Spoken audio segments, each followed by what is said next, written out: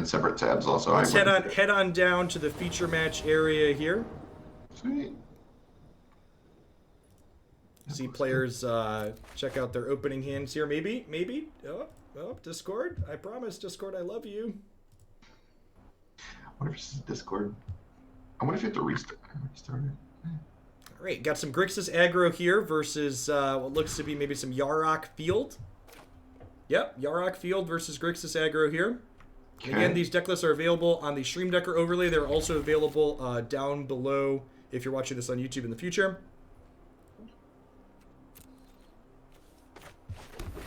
We are underway. Looks like Yarok field here on the play. Yeah, it looks pretty strong hands for both players. A little awkward Bushu's with the mana, but yeah, missing red or no black on one on Bushu's parts here is the the Stormfist Cavalier is like really, or the Stormfist Crusader, I believe, is really nice at like being able to draw like that third and fourth land though. Yep. Like one of the key things about the Grixis deck is they're hoping to leverage the cards from the Stormfist Crusader faster than the opponent can, so like basically negating that parity. The fourth land tier, very key from the Yarok field side. I expect Rejuvenator to come down because it's really important to try and find that third green to Cavalier of Thorns on time. Yeah. Yep.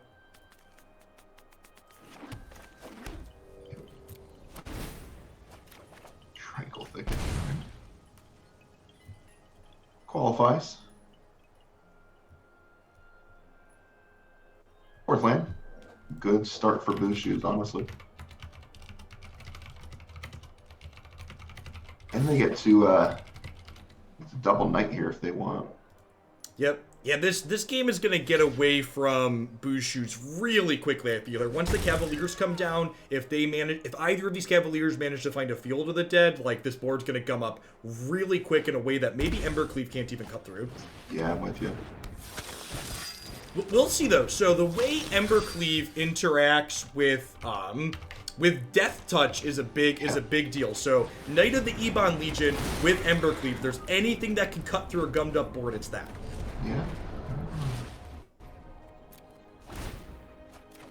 Finds the field. Yep.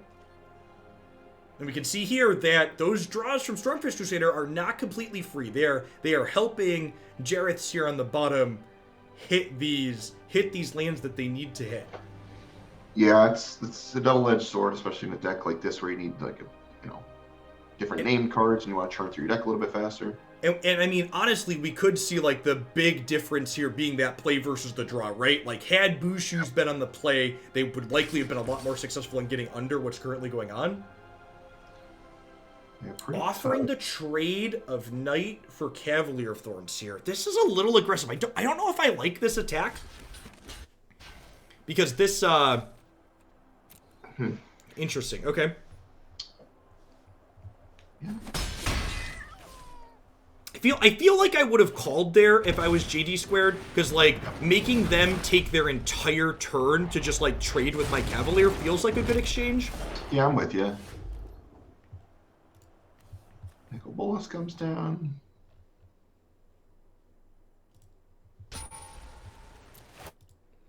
Sorry to disorientate a little bit. We're going to go ahead and flip the orientation of the screen here because JD's server's popping in and out a little bit here, so we'll keep this one up a little bit more consistently. Here's the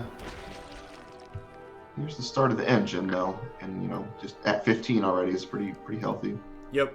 Yeah, if this Embercleave can't get into play ASAP, and one of the things that's really important to note about the sizing of these creatures is that Embercleave only makes the Nicol Bolas a 5/5, so Embercleave on Nick still trades with Cavalier. You mentioned those cards not being free, and Booze is just not hitting the lands. I mean, hit the third and fourth land on time, but now they're one card a turn territory. Yep. And we talked about Stormfist Crusader, you try to break that parity by emptying your hand faster, and we see Bushu's gumming up on these 4-mana spells and these 3-mana spells and missing a land drop, whereas Jareth's is actually emptying their hand. So Stormfist Crusader really kind of working against Bushu's here. Yeah, not great. no real good attacks. I mean, Yeah, the missing the 5th land here is actually like a huge deal. Because if Bushu's had hit the 5th land, they would have been able to Embercleave plus pump the Knight. Yep. Which would have pushed a lot of damage.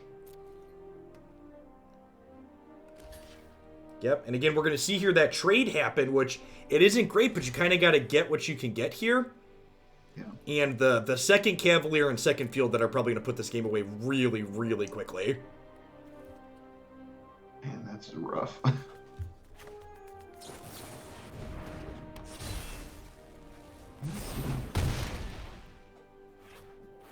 Yep, get to trample over for a little bit here, but like these Uros sitting here in Jareth's graveyard just like ready to pop up and start gaining some life here, and there's going to be no shortage of cards to escape with because these Cavaliers dump a bunch of friends in the bin. Yeah, it's not the best. See Disfigure come back up on top here. Man, what a beating. Yep. Yeah, I noticed that in the Sultai deck that there's some Disfigures in the main deck, and we're going to serve pretty well in this matchup, that's for sure.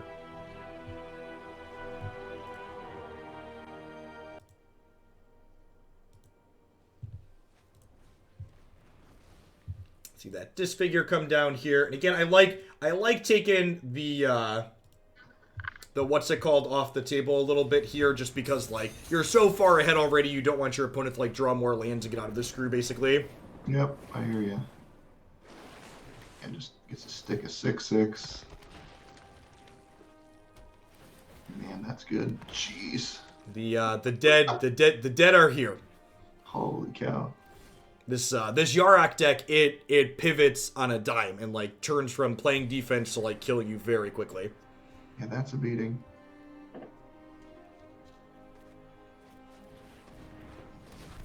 Yeah, I think this one's all over but the crying, it looks like at this point. That's rough. It's funny, there's even like a spare forest hanging out in hand. So didn't have to discard the good card you have.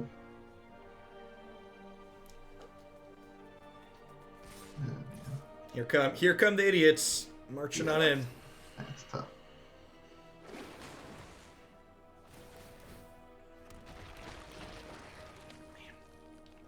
The fact that Uro ramps and gains light is just, it's so obnoxious. Just like the fact that the red black one you have to choose, you only get one or the other. Like you don't get both all the time. It's like, yeah, I hate this card. All right, let's see how players are going to sideboard here. A lot of good tools in Jareth's sideboard, or Bushu sideboard for this matchup. We see Legion's End, Virulent Plague, ways to keep those zombies off the board. I'm expecting the Yarok player here, Jareth, to become a little bit more interactive post-board. Generally speaking, you trim some of your 3-drops and bring in a bunch of removal spells. This is definitely a matchup where the Yarok deck is the control deck. They want to just like keep the board clear as much as possible and go as long as possible. Yeah, the Plague is a card I haven't seen like a ton of, but it's definitely a huge one to have access to in this matchup, obviously. And Virulent Plague is one of those cards that, again, was printed in Historic Anthology 2 with the explicit intention of trying to make Field of the Dead more manageable for various decks of the format. Cleans up all those zombie tokens once they're in play. Yeah, it's funny. I almost played that card in Modern, several weeks ago, like the last paper tournament was, like regionals. Because the Primeval Titan decks with Field of the Dead again were so prevalent. Okay, yeah, I remember this card. I think it overlapped Splinter Twin for a little bit, and it makes their tokens not have power was relevant. Yeah. See mulligans on both sides of the table here. Honestly, I wouldn't be surprised to see both players go to 5. That's you could maybe keep on JD's side here. You've got like a Scryland and a removal spell. Really good 5 here on Bushu's here. Yeah, definitely. Has their powerful cards, pretty easy ones to send back. And I think their hand looks really good. On the Grixis. Yep, and we see Jareth keep here again. I think on the draw with the Scry, I'd probably be inclined to keep this hand too. I don't really like the mulligan to the bottom there though. I think Jareth is probably supposed to keep the extra forest because it makes casting Uro eventually down the line and Cavalier of Thorns easier. Yeah, pretty easy bottoms there for Booze, I think. And they were able to land, again, you mentioned play versus draw. previously, and they're going to be able to put a Crusader in play. Yep, and this Crusader, assuming Bushu is able to hit land drops this game, should allow them to catch back up from this mulligan to 5. Yeah, Royal Scions is a nice hit, too. Yep. Royal Scions, another card very similar to Embercleave that is very good with Death Touch creatures. Yeah, definitely. Sweet, and we see that Stormfist Crusader, like, dragging them across that finish line, so to speak, here. I kind of expect to see, Royal Scions coming down here is excellent. Yeah, big fan. Is the greatest Yeah, this is a tough 2 and 3 to beat. Like in a row. I like this line a lot. I like all of the cards in Bushu's hands are good. Let's just like give this +2 attack and like get this game across the finish line ASAP. Yeah, why not? Now, maybe a small miss. Oh, we're gonna Assassin's Trophy 2 here. Okay, this makes sense. I like it. I was gonna say maybe you could Uro into Disfigure, but the trophy here as well makes a lot of sense. Yeah, that was a heck of a draw there for Jareth to pick up a 1-mana removal spells and be able to take both permanents off the battlefield. knowledge is the Second Royal Scions off the top is a big deal. Is that the only 2 copies of Scions in their deck? Let's see what they got. What do they got here? The Grixis deck. No, full 4 Scions out of Bushu's list. Okay. Yeah, they're actually mono 4-ofs, actually. Yeah, I love it. Very, very adult deck building, right? Just like, these are the cards. We know the ones that are good. We know the ones we want to see. Something noteworthy here is that because that trophy killed the first Scions, that means this Virulent Plague in hand from Bushu's is more likely to be able to stick around for us. Yeah, big fan. This is such an awkward thing with Nicol Bolas. you get to fuel their Uro for them. Yeah, a little bit there. Cast Down having its downside really show its face here, though, as well, right? That non-legendary clause being unable to deal with Nick is a big deal. What's my strategy here? Interesting decision to bin the extra Nicol Bolas and keep the land. I suppose, like, maybe they're in line to flip the Nick in the long run, but that seems a little bit ambitious. And 2 is they know, like, there's trophies and pulses are the only way to get rid of it, so maybe they think they don't have very many left. Yep, and we see a pulse come off the top here for Jareth, and this is the real punish for not keeping that extra threat going. Yeah. Yeah, someone talking about what is the new removal spell that kills a creature without counters on it? Anybody remember what the name is offhand? There's a new 2-mana black instant, Heartless Act. We'll pull that one up. Thank you, chat. Heartless Act. I think this is Heartless Act is probably the new premium 2-mana removal spell for these non-rotating formats. Yeah, almost certainly. Now, notable that it does miss some things with like modern humans and stuff like that, but still very good. The restrictions on it are very reasonable.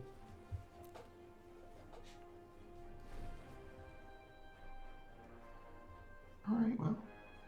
Cavalier coming off the top here is just absurd. I assume we're going to see the Murderous Rider happen in response here.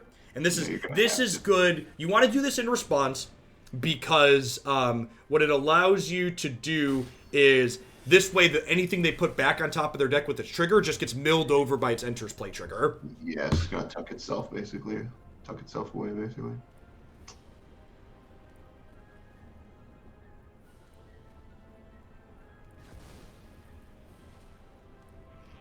Okay, so maybe a small mistake here on JD's part. Something to note is exiling your Cavalier is optional. So as opposed to putting a spell back on top, JD could just decline to activate it, which keeps the Cavalier in the graveyard, which lets your next Cavalier get back the first Cavalier down the line. Something line to consider there.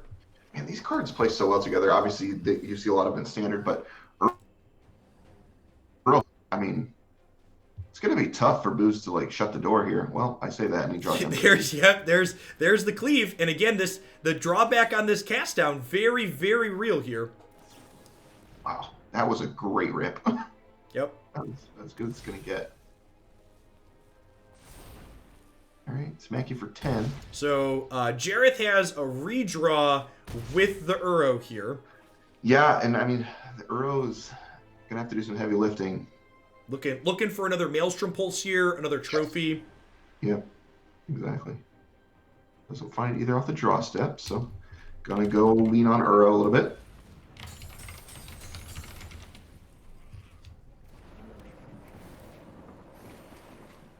Let's see what they That's end up that's with. a swing and a miss, and we're gonna be heading to a game 3 here. It looks like. Yeah, wow. You know what though is kind of interesting here is Booze had like probably one of their better starts and still just like narrowly edging it out in the end. Interesting. I wonder if we'll see. We'll note here the Yarok deck has not boarded in these Murderous Riders. And I do think that's a mistake, especially after we see him die with Cast Down in hand. Yeah, they probably are able to like figure out. Okay, what the card that killed me was this Nicol Bolas, which I have very minimal answers to. Something to note. I mean, the deck lists are public, I believe, right? Is that right? Yep. Deck lists are public. So they know that like. There's this Virulent Plague, although they didn't see it last game, so it might not be on their mind. And if they don't check again. If they're not checking the deck list, Now, something that's interesting, too, on the top there, we saw them submit with it again. Bushu's cut an Ember Cleave in this matchup, which I think is also maybe a little bit of a misstep on their part. Yeah, I think it's kind of loose. The card that kills you is almost always Field of the Dead. And not even just Field of the Dead, but like cutting through Uros and Cavaliers is also like a really big deal. So we see a very easy mulligan for Bushu's here. I think a quick keep from Jareth. Yeah, this hand's excellent at the bottom. Thief of Sanity was one I was going to ask you about. It's interesting, although the problem is it doesn't get through Arboreal Grazer. It doesn't ever get through Cavalier. Yeah, we're talking about that extra Ember Cleave sitting in Bushu's sideboard. I think Thief of Sanity is not a card that's supposed to come in here. Man, that's rough. This 6 here. This is definitely like a hand sucks keep here from Bushu's on the top. Okay. Like, not super excited, not have a play till turn 3, but you just can't go to 4. Bottoming both Virulent Plagues here, okay? Yeah, I mean, that's not unreasonable, I don't think. Does this deck have a way to shuffle? Do they have, A couple of Fabled Passages can get those Virulent Plagues. The Fabled Passage, oh wait, no, the Grixis deck. The Grixis deck might not. No, they don't have a way to get them back. No, yeah, so those Virulent Plagues are just gone, yep. Okay, I mean, that's like a good-ish draw from Bushu's, but like this 0-3 is just so good. Yeah. And actually, it's funny, something I've talked about, I think Field of the Dead is probably a fine power level in Historic right now, but honestly, I think if they decide that it's too good at some point again, I almost hope they suspend Grazer instead of Field. Like, if there's something that's too offensive in these Field decks, I think it's Grazer. And just a really nice lineup of draws here for Jareth, though, has the Cast Down for Knight and then a Pulse for the Regisaur, or whatever order they decide to play them in. It's pretty nice. Good thought from chat that it is possible for Bushu's to shuffle if they get trophied. So those plagues aren't guaranteed just gone. We could see an Assassin's Trophy happen out of Jareth's deck. Like, this isn't the worst. I mean, if you're on a mold of 5, you're probably pretty happy curving 1, 3, 4. Really interesting here. So we're seeing them activate this ability and then get super punished for activating. Hey, that's a beating. Man, that's a beating. Yarok gets to come down here and draw 2 cards, and like if this Yarok hits 2 differently named lands and turns on Field of the Dead this turn, I feel like we're just done here. That was a beating. Yeah, and again, Jareth has like the nice. Okay, that's a miss, but it's like still an incredible spell, right? So like we didn't turn on the Field of the Dead. And when you get to that point with these decks where like, well, my land draws are good, but my spell draws are busted, you're just like, all right, sure. Yeah, this is pretty solid. Don't really know where to go from here. I suppose you got to get Yarok off the field, but... Yeah, you're not excited about it though, right? You're like, okay, well, it's turn 5 or whatever, and my aggro deck has no creatures in play. Yeah, it's pretty rough. And now, like, this Cavalier of Thorns gets to come into play, and it draws a card with Risen Reef. Gosh. Swap up here and see what lands they're going to be picking between. Yeah. And okay, so, like, this is almost kind of tough, just, like, I think they take the second field since they have Sandbar in hand. Yeah, why not? Imagine, like, how good one of these plagues would have been if we had held on to one. I mean, the plague's not even really enough, though, right? Because, like, even if you get plague into play, like, there's a Maelstrom Pulse, and even without that, you're still just losing to the Cavalier. That's fair. This is tough. Just, 3 removal spells in Jareth's hand, plus the Uro just hanging out, ready for next turn. Feels done. Feels pretty done. It's, They don't have to go home, but they can't play here. We are solidly in garbage time. Yeah. Jeez, and a trophy just for good measure. Burrow's coming in. Put a little salt on the wounds. Yeah. Yep. Little bit of a rough mulligan for the Grixis aggro player there in that match, but at the same time, I don't know that they necessarily mulligan to maximize their ability to win that, or sideboarded to maximize their ability to win that game. Yeah, there was some interesting sideboarding things, kind of on like both ends, but I don't know, that was tough. The mulligans were definitely rough, and Jarrett's hand lined up really well. Just was able to curve out, the 1 into a 3 on turn 2, and then just a bunch of removal spells. It's good enough. Okay, we are going to dive on into our second feature match this round, see if we can get them going. Hold on just a moment.